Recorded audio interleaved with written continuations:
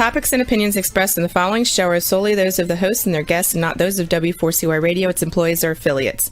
We make no recommendations or endorsements for radio show programs, services, or products mentioned on air or on our web. No liability, explicit or implied, shall be extended to W4CY Radio or its employees or affiliates. Any questions or comments should be directed to those show hosts. Thank you for choosing W4CY Radio.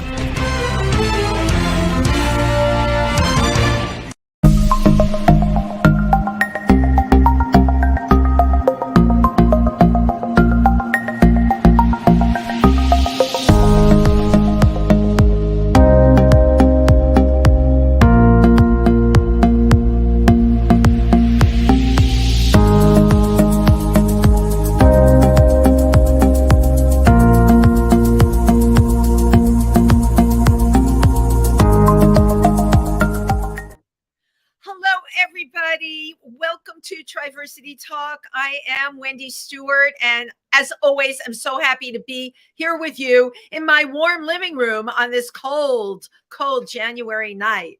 I hope everybody's having a good week so far. We are in the middle of the week at Hump Day. As you know, my life is always crazy, out there advocating, doing, performing, all the good stuff. And while I have you all here, I would like to tell you that Thursday, that's tomorrow night in New York City, is a benefit for Rainbow Railroad. And I have had both Karen Haycox and Richard Moray, who representing the organization. They've come on the show and talked about what Rainbow Railroad does. They are incredible. They are like the Underground Railroad, originally based out of Canada. They help LGBTQ plus people that are being persecuted or victims of violence leave their country. We're talking about getting new identification, whole new lives, and bringing them to other places. Their work's very important. So this benefit will be tomorrow night at 6:00. It's for Rainbow Railroad. You can probably find the tickets, I believe, on their website. And it's in New York at 1 Penn Plaza. So I intend to be there, and I hope you are all too. So speaking of advocacy, our guest tonight, I first got to meet at Triversity Snowball, which is our holiday party. And now that we're nationwide, I know there's many people that listen and they're like, where did the name Triversity come from? Well, Triversity is an LGBTQ plus organization based out of Milford, Pennsylvania, that services the tri-state area. And we offer everything from support groups to anything that will help a person in the LGBTQ plus community. And that would include giving out information at events, giving events. It's just about everything that you could think of. And we're very proud of the work that we do in this little town in Milford, Pennsylvania, 1 hour and 40 minutes from New York City. But I often say, feels like it's miles away. So the person who is our guest tonight, I met at our holiday party. We really needed an incredible DJ. And this DJ was suggested to us by Ashley Craig, who at the time was a member of the board. And you can catch Ashley Craig on HBO's new show, We're Here. She had her segment run, and I believe you can watch it again. Absolutely an extraordinary transformation. And the show that called We're Here by HBO is it's a very, very interesting show. It takes 3 people and introduces them to the world of drag, takes them out of the world that they were in, okay, as a person, and makes a whole new world for them, and the transformations and what happens to the person and what they feel afterwards is quite remarkable. So our guest tonight loves bringing people together, and not just on the dance floor. DJ Jersey uses support systems to advocate and bring people together. And without further ado, I want to give a warm welcome to DJ Jersey, or Jay Huff. Come on in. Hello. And thank you so much for being here. Little did we know when you were cranking out that music at the Pocono Environmental Center for the holiday party that, you know, weeks later you would be here. The universe delivers. Well, you know that the universe always delivers, and you really were such a great. People don't realize how important DJs are. I mean, never mind in the world, but at an event like that, and I so admire what you do because you came into an organization, you really didn't know anybody there, and we had guests from everywhere, and it really takes somebody that's intuitive and totally with it to know what to play. Absolutely. You Absolutely. know, It's all about energy back and forth. right. And just seeing what people respond to. But, as I found out and as I find out often, people have a job that they do. Yours is DJ, but there's so much more than that. And, your bio really about advocacy and how you want to help and give support systems to people. Where did that all come about for you? What have support systems done for you? What haven't they done? I actually first ran into Triversity years ago at Asbury Pride. Oh, how cool. So Wow. when I got to collaborate with Triversity at the Snowball, I was like, okay, Jay, you're getting somewhere. You're getting somewhere. I feel like no matter how many resources are out there, there's never enough. Ah, Th- There's it, there's always a situation that, especially for anybody who's different, whether it's a African American, a trans individual, a gay person, everybody needs advocacy of some level because you don't always have a voice.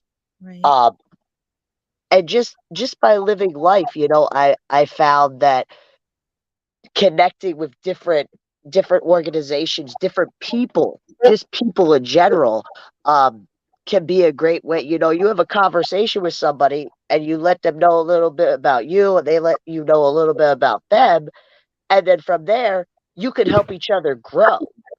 Right. As people, just as people. But tell me why that's important to you. Like, what did you experience when you were growing up? Uh, it's a complex question. Yeah, I it don't. is. It Where really is. my thing and how did I connect to the LGBTQ community? Just honestly, from when I was a little kid, a number of the people I was really close to ended up being gay. Not in third grade, not in fourth grade, but eventually, which is, it was the people in that community have always been for me very, very accepting, and Yes. that's why I do advocacy work. For you as a kid, were you bullied as a kid, For or me, for me, it was when I attended my first Pride. I was probably about 13 years old, 14 years old, yeah, and and seeing, like you said, that acceptance and that love, and different struggles that I have faced in my life, with addiction and mental health. right, I know how important that is to be a resource and to need that avenue of help. right. So it's more or less for me just knowing that I can give back to people where somebody else gave to me. Well, as we call it, paying it forward, right? Yeah. It's really incredible to pay it forward. It's interesting because for some of us that's a no-brainer, but it's interesting to me that I see people that have so much and have taken much from other people, and yet they don't have that need. That's where my question is coming from to you. You have the need. That's important to you. For you to be a complete person, you have to be able to pay it forward in some way, right? We give back because it satisfies us.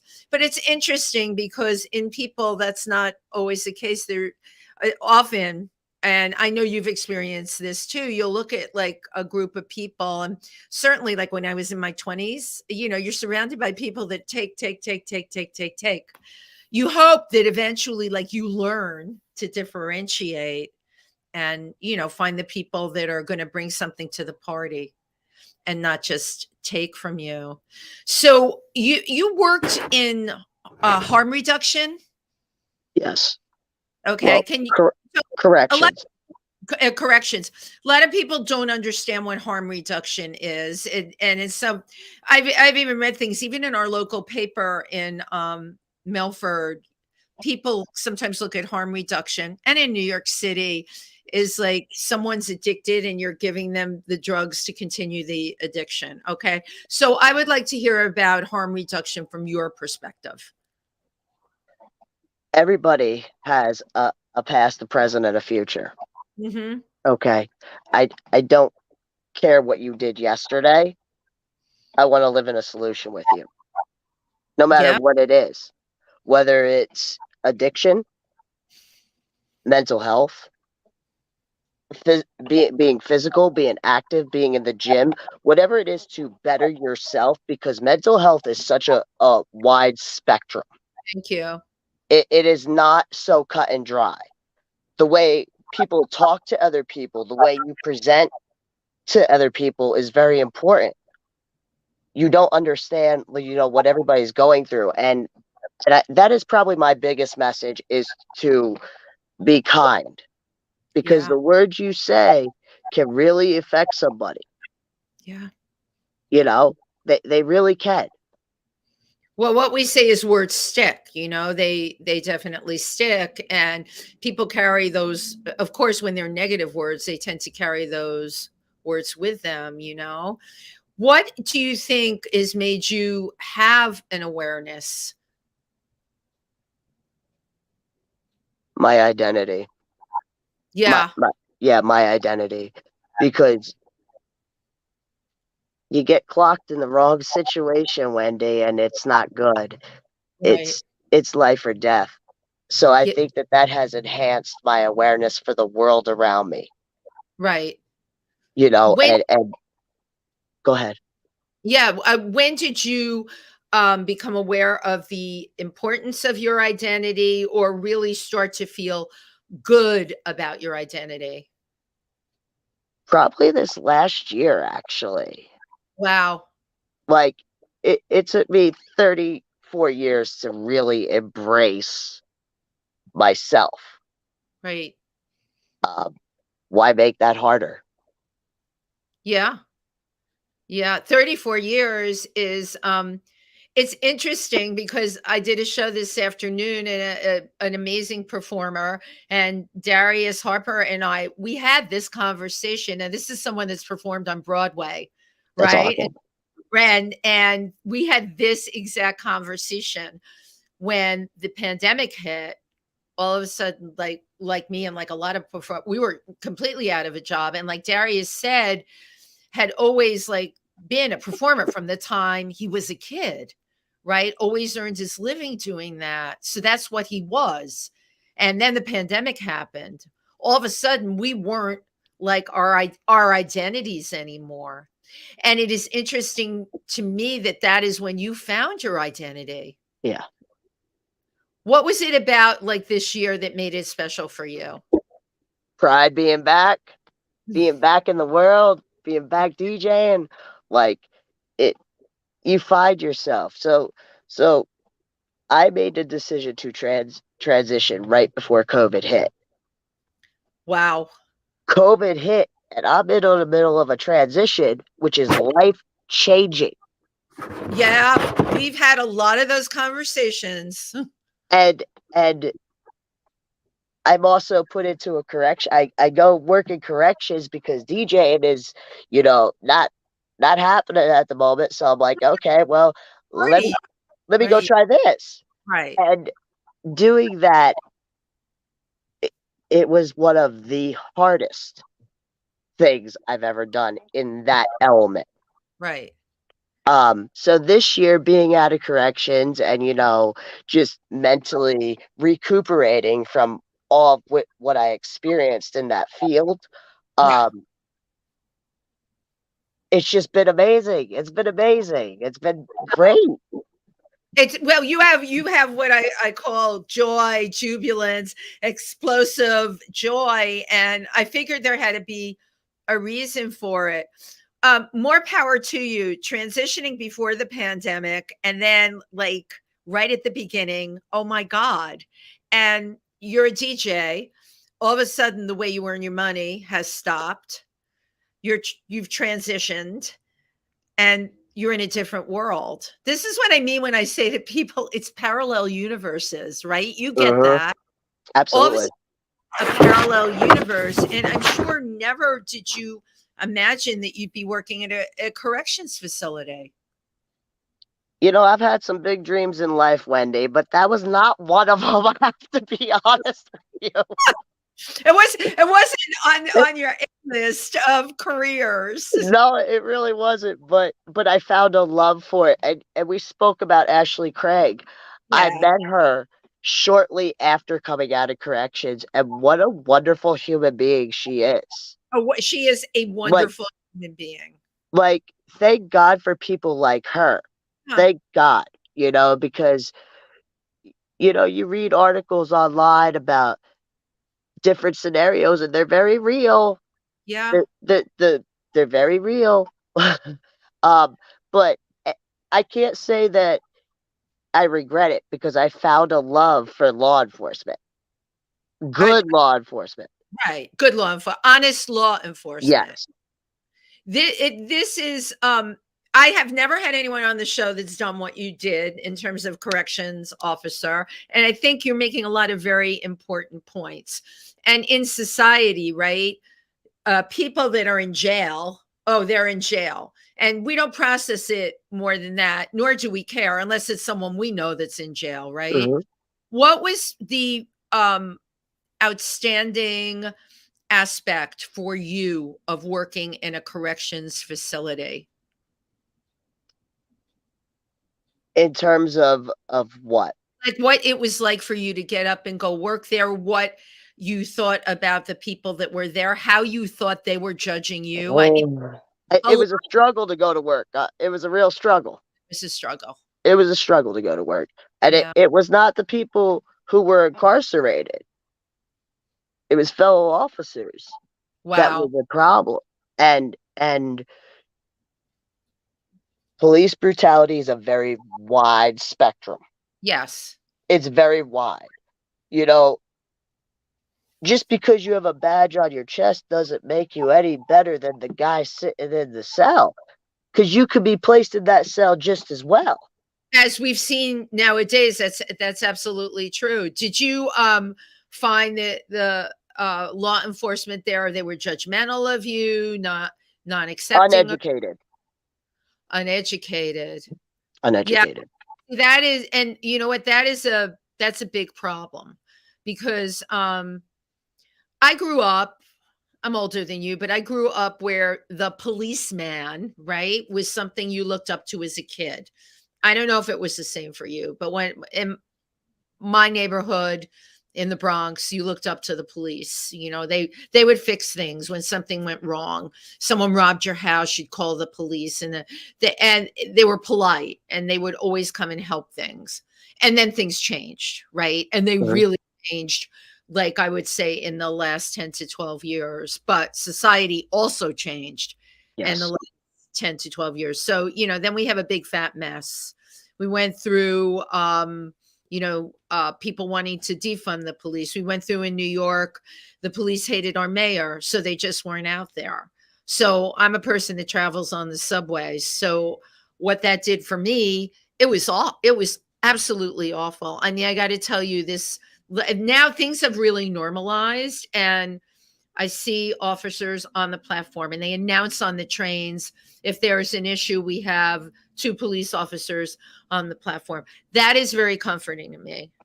But the thing you said about education is something I think that we really need to bring home here, because the way society is nowadays, law enforcement really needs to be educated how to deal with.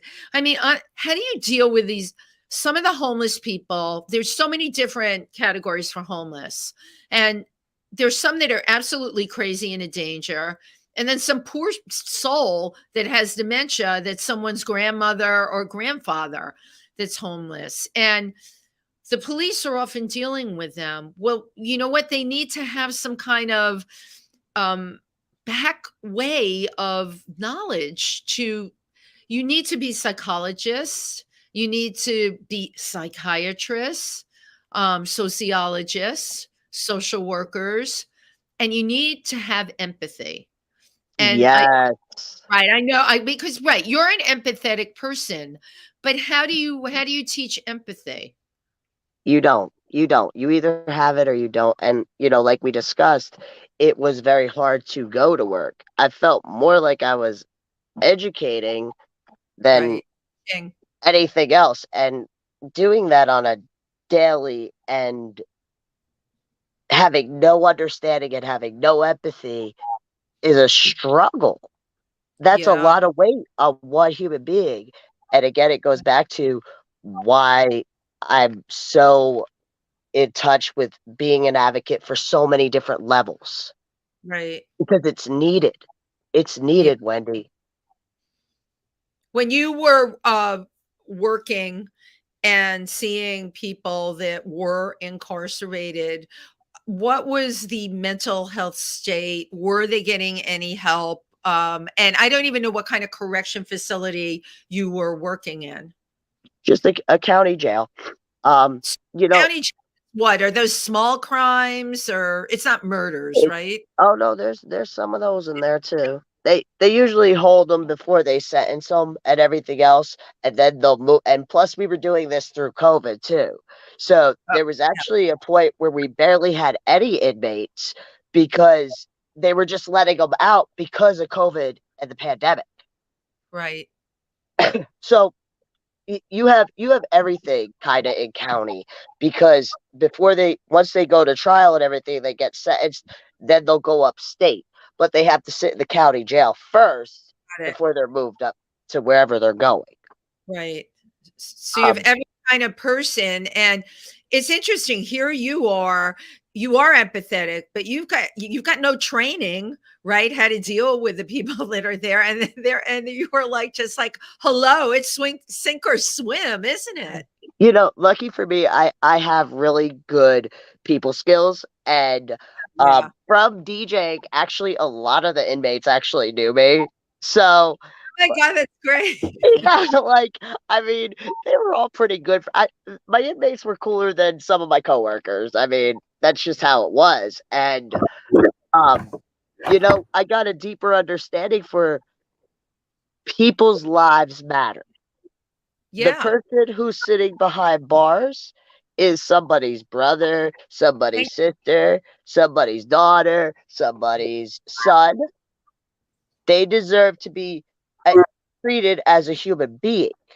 Right. And there was a lot of mental health that I saw. And all I could do, you're kind of doing time too, being an officer, because you're there just as much as they are. You're there on holidays, and Right. you just kind of like anybody else that I cross paths with, try to lift people up. Hey, you Yeah. look good today. Hey, you got a haircut. Hey, like, just try to make, just respect goes both ways. Right. You know? What it does. I love what you're saying about trying to lift people up, because that is a different perspective. I bet if I interviewed other correctional officers, they wouldn't say that at all. They wouldn't care about lifting up whatever. Notice I'm not saying whoever. That's a human being, whoever is in that cell. Whatever is in the cell, there's probably no regard that that person is someone's son, someone's daughter, someone's brother, someone's sister, mother or father. And Eh, I don't know how we teach people this, and this is like a really huge problem, because how are we ever going to rehabilitate people? I don't think society is dealing with that. Now, I will admit, as you will, if it's like Cannibal Lecter, probably can't be rehabilitated. Yeah. I mean, I draw the line at serial killers, right? But I'm often reading more and more these days people that have been sent to jail for incredible amounts of time, okay, because of where they are on the economic spectrum of life and didn't have good representation. And the crime that they committed, someone else would have gotten off for, but yet they're sitting behind bars. Do you ever think about like what the answer would be? Like if you were to come up with a game plan, what would that be? Oh God, every situation's different. Every situation is different. And you know what? I had to really not I had to just look at the person staring back at me. Thank Because you. if I would have looked at the chart, trust me, there were some that were very hard to handle and deal with because Right. their charges were not not pleasant. You know, Right. what one thing a few things that I'm not a fan of is hurting children. Don't Abs- like that. Not a fan of that. Don't hurt the puppy, don't hurt the cat, don't hurt an animal. I don't like that. Um I and agree. and you know, I also saw some trans people come through the doors. And that was interesting to see and see how other people dealt with them. But here's the thing I want to say, a lot of these charges were sexual charges. Now here's my thing. We go into a bathroom. We have maybe we have a rainbow on, or maybe we have a trans button on, you know. Okay, that right there very easily creates a situation. Absolutely. So I don't know the situation. All I know is that I have an individual right here that I have to I have to try to talk to. That's the first thing. You have to know how to talk to people and you have to know how to listen. Yeah. Those are the two main things. Without those things, it's Right. you know. Absolutely. So when you see these types of people come in and you know the type of treatment that you're getting as an officer, you have a it's like a you're compelled to help because you know how bad it can get. Right. You know what I mean? And like I said, every situation's different. Did you find, like, for you personally, um, you got flack from either the other officers or any of the inmates if they knew you were trans? Absolutely. I got harassed and bullied daily by one specific officer mainly. An officer, that is, like, oh my god. It was not You're fun. working in the same job as somebody else, and the fact that you know what I'm saying? It would be like you picking on someone because, you liked vanilla ice cream and they ate chocolate, okay? That's how Right. uh, unbelievable. How did you deal with that? That would I would have a hard time, like, not wanting to hit somebody like that. Girl, let me tell you, I think those doors protected other people too, not just inmates. Yeah, right. Those um, double doors that we've seen on crime shows. yeah, yeah. But there was one officer that saw it taking place, and you know what? That officer stood up, and that officer um fought for me, and that goes back to the ally ship. Yeah. Thank God I had at least one because there weren't many. I didn't deal with it. I just didn't want to go. I didn't want to Right. like. That's terrible to have to get up to and every day. As a kid, to be bullied, it's bad enough. As an adult who all of a sudden has this job that you wouldn't have signed up for to begin with, you were a DJ, and you still are a DJ, of Oh course, yeah, time, but you needed employment.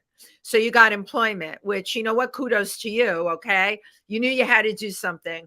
You took this job, but having to get up and go into a place like that is just it's very wearing on a person's soul. that's an understatement. Yeah. it's Yeah. it's yeah. Had What did you have to tell yourself? First of all, I don't even know the length of time. How long were you there for? I was there for I want to say a little over a year. Oh, that is Jay, that is a long time to have to do that. It took its toll mentally. It Yeah. absolutely did. It took its toll mentally. But like I said, I'm back this year, ready to rock, and I'm happy because okay, I conquered it. It's it, Yeah. it's not gonna stop me.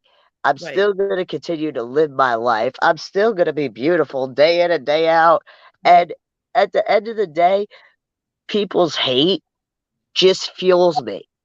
It Right. fuels me to push forward to keep shining that light that we talk about, that trans light. Yeah. Just keep shining it. Right, and it's proven.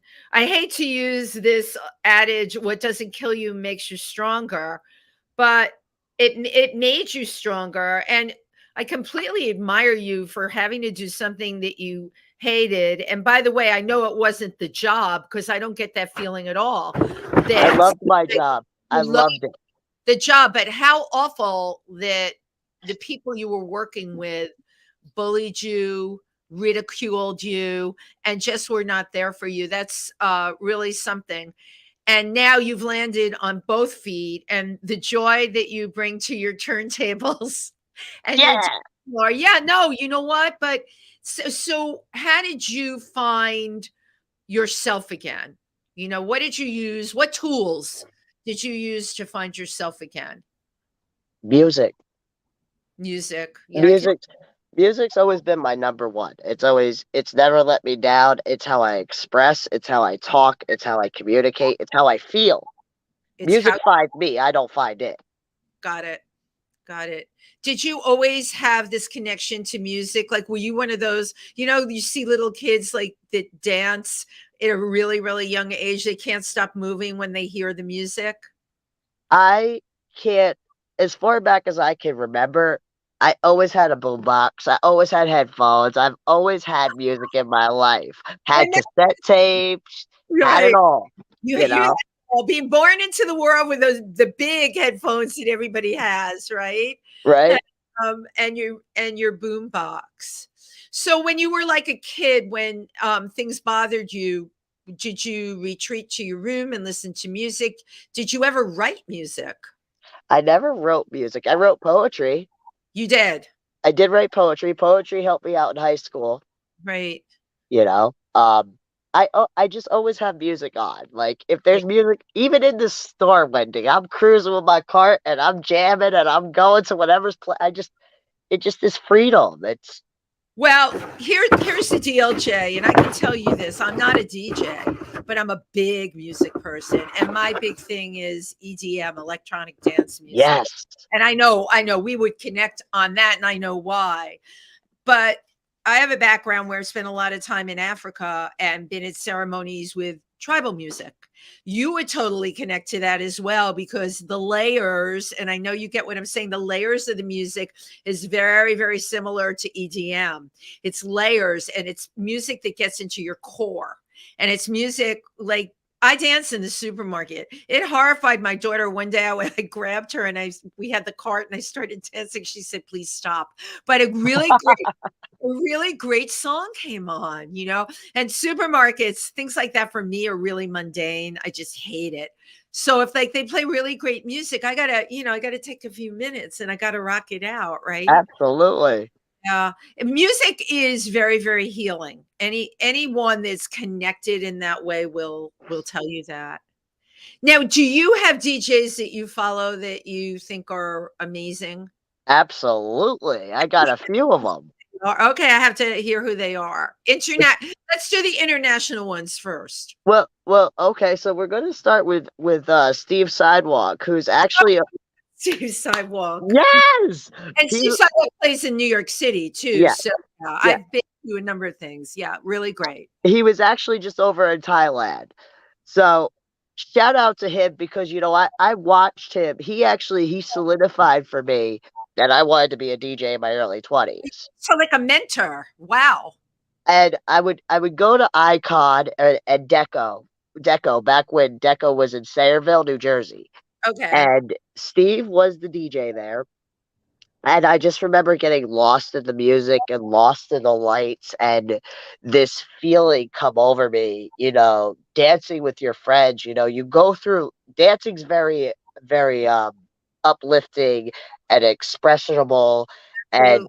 And you put the connecting. It's yes, you put these lights and then yeah. this music that's blasting and you're dancing with your friends who you're going through life with.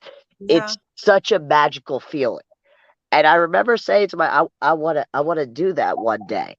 And you know what? Long and behold, I did it. And then I ended up getting to work with Steve Get Uh, out. It's the yeah, best.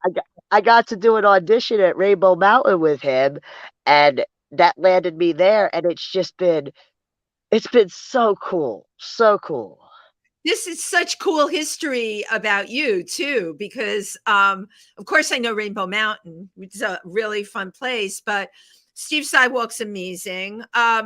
What about like DJ Tiesto Uh, or David you Guetta? know, I love all their music. Love their I music. do, and I have an appreciation for them. But there's something about connecting with a DJ that has started and is building to go that you watch. And because of being in this industry, I have quite a few of those. Another one is Carl Michaels, out of Philadelphia. He plays over at Paradise in New Jersey. He is just a breath of fresh air. Like, he plays a lot of house music, Okay. and he's showed me and he's taught me that just by listening to him, you can play different stuff. You don't have to play, you don't have to conform to the box. Absolutely. You can step outside and take people on a journey and Yeah. take them someplace unexpected. And that's what I've always gathered from listening to his sets. Wow. Wow. It's a risk though. So as a person that is the one on the dance floor and as a person who has left the dance floor when the music is gone, not going to, this isn't going to work for me. What do you do if you do go out on a limb? You play something different, right? And it's not working with the people that are on the dance floor. Like, how do you get around that? You bring them back. Like, okay, like, so let me play 3 tracks that I know you're gonna go off to. Let me try one. Maybe you take to it, maybe you don't. And then if it doesn't work, I just bring you back to the floor with what I know is gonna work. Right. Okay. So this is what you do for your safety zone. This is your golden parachute. You give them 3 that you know are going to be good. You got them up and ready to go. They're feeling it. Then you put the one on that you're going to try. Maybe it doesn't work. So you hit them with 3 that they'll like after that. Yeah. It's psychology. Yeah, you gotta kind of play with it. And sometimes there's songs out there that I know you're gonna like, but you don't know it yet because you haven't heard it. You Oh know, my, yeah. like there's a new Flow Rider song out right now. I cannot exactly remember this what the track is called. But it has a country artist. Now I do a lot of different venues that like 80s rock and like country. Yeah. Um, so it's a good track that I know people are gonna take to. Same thing with Holding Out for a Hero, the new Adam Lambert version. People are gonna go to it. Right. You just you I you love Adam Lambert, though. You hit a soft spot. Adam Lambert to me is very versatile and the kind of music that he makes. When he came off of originally, it was Star Search, right? What show was it when no they American Idol. American Idol when they first discovered him, right? Yeah, yeah. Other than the way he looked, I love the way he looked, but I didn't like his music. It was like, I don't know, it was popish, it was commercially, just couldn't get into it. And then, as you will testify, he has grown huge. Absolutely. Yeah, yeah, Absolutely. grown huge. And believe it or not, one of my favorite songs that he's done, Mad World. Okay.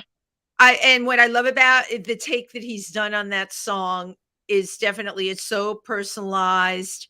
And when he sings those lyrics, I really listen because you can tell the pain that he talks about being laughed at or not invited. Happy birthday, but you're not invited. You can feel that pain. And a performer like that they can move you. Good music can move people, right? Yeah, it moves the soul. Good music moves the soul, right? Right. So you must be like getting really super busy now that things have normalized. I never like to say, Jay, that we're out of this pandemic because you don't know what the hell is coming down the pike next. For real, anything's possible at this I point. we were just all like humming along, singing a song. I was just living my best life. And and I talk about this a lot, I still cannot wrap my head around what happened, because what I've noticed, people are definitely different. Oh Or yeah. you can't have people isolated to the degree that we have. You cannot have, maybe you personally don't know anyone that died of COVID, but many people did. And now I'm meeting them, like lost a spouse, lost a mother, lost a grandparent. I mean, this was like something that came so far freaking out of left field. And I think when stuff like this happens, we want some kind of answer, something. I don't have any answers yet. There's no answers for me. I don't know what's going to happen next. I don't think any of us do, and I think that's the scary part. Our world is different. Our world is different, right? Our world is, and it in so many different aspects. It's like we took 10 steps backwards. Yeah. Like literally, I mean, I, nothing phases me at this point. Like, Right. what's next? What are we gonna see next? What's gonna happen next? Like, But it's interesting because some people, it really hit them so hard. The next, there's still a lot of people that are very fearful, even in terms of the jobs they take, the location of them, having to be out in the public and all of that. Because like I put my life back to what it was before, because I really liked it before.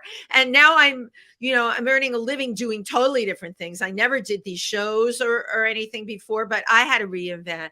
And I'm liking what I'm doing now. I was forced to do it. I probably wouldn't have made the change, but I realize how much has changed around me now. And people that I used to know who were down for doing stuff and would never ask a question like how many people are going to be there, or I don't yep. feel safe. Like I find myself having to deal with that now. And you're right, we're in a different world. We really are, and it's a scary world. It's Yeah. scary. It's like, and people don't want to just not go out because of COVID. People don't want to look at all the shootings that are going on in our world. Violence. It's the What? violence. Like, I mean, you said I watched a show a few weeks ago, and you were talking about the Colorado Springs shooting, and you Yeah. said something that really stuck with me.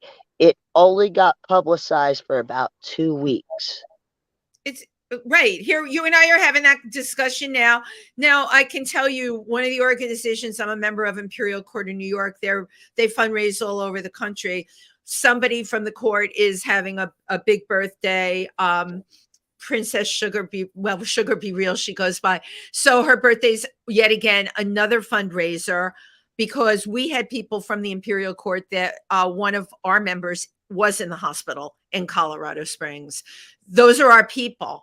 We want to, so we're going to keep it going. And our holiday show, that was what we did. We raised money. But I think what's happened, Jay, is so many people are so burned out on so many things. And if you remember when the shooting happened in Orlando, right, in that club, that was such a big thing. You and I know it was big, and it was on the news for a bunch of weeks. Yeah. But this show you how things have deteriorated so much since then. That happened. And now it's like maybe you get 2 weeks airtime over a mass shooting.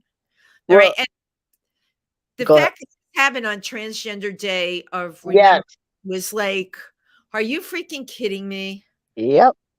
Right. And when they talk about it, no way. See, that's the thing, the elephant in the room they should be bringing up. All right. That when it happened, that was really the least of it. They mentioned, a drag queen, say it was a hero or something. It happens to be that one of the people that was a hero was someone who was transgender, but we know that in the world, people often don't differentiate between drag queens and transgender. So it's up to us, right, to educate them. But you read all this stuff, and here you and I are, and it's just like you wonder what the hell is life like for them now, the people that experienced what went on in that club. Because it could have been you or me, easily. I mean, they definitely probably have some PTSD going on for sure. Right. You know, I can't imagine being in a nightclub. And now, mind you, I work in nightclubs. Right. And I go to them. Yeah, like I can't even. It's such a it's like the office for me. I mean that's just where it's like my natural habitat. On the Right. clock and off the clock. I can't even imagine what those individuals are going through, because Right. PTSD, again, with mental health, is such a wide spectrum. A Right. smell can trigger an episode and knock you for a loop. Uh, uh, uh, a color, anything, and you may not realize what's triggering you, Right. but and now we have people, and not just in Colorado Springs, but Philadelphia had shootings over there. They were all over. They were, The violence absolutely is really up all over. and I just God love those people that were in that situation and guide them, and Yeah. protect them, and hopefully keep their mental health a little bit better, because that's it. Well, It's not the guns. It's the types of people that have the guns that is the issue. yeah. And there we are. We're back to, the whole mental health issue. You know what? It's up to, like, all of us to just be aware of it, to be kind, and, understand. It's that saying, I am my brother's keeper, but that seems to have gone out the window. And when I say that, I don't mean gender. It could be I am my sister's keeper or whatever, but that saying, that means, you know what, take care of your fellow person. Look Yeah, out for them, watch out for them, have their back. So, oh my God, we're down to like one minute. What do you want to tell the world, DJ? I want to tell the world to be kind, get educated. If you Yeah, have questions, please feel free to message me. My links have been up here on the screen throughout the night. Please message me if there's questions you have, or also even I'm sure Wendy'd be happy, and pay attention right, to the world around you. right. It's trans people got it hard. Black people everybody's got it hard on some level. But when you add a little bit of differency to it, it becomes even harder. Well, Simple. that is very well put. Or as I say, the more out of the box you might be, the harder it is. And that is a big wake up call that you just said. I mean, we really all need to be much more aware. I can't Absolutely. thank you enough for coming on here. You're fabulous. I can't wait to dance to your music again. Real quick, like in 30 seconds, where can we find you playing next? Next, I will be at a bar called Dorco's Cafe in Mount Carmel, and then come the spring, I will be back at Rainbow Mountain. Okay, you must, because we're planning with Triversity. We want to organize a group to go to Rainbow Mountain too. So, Yes, and for people in New York, New Jersey, and Pennsylvania who don't know about Rainbow Mountain, it's beautiful. It's such a fabulous place to lay at the pool when we have the great weather, have cocktails, dance to DJ Huff. It's all great. So you let us all know, right? absolutely. Thank you so much. No, Good night, thank you, everybody. Wendy. Bye. Bye-bye.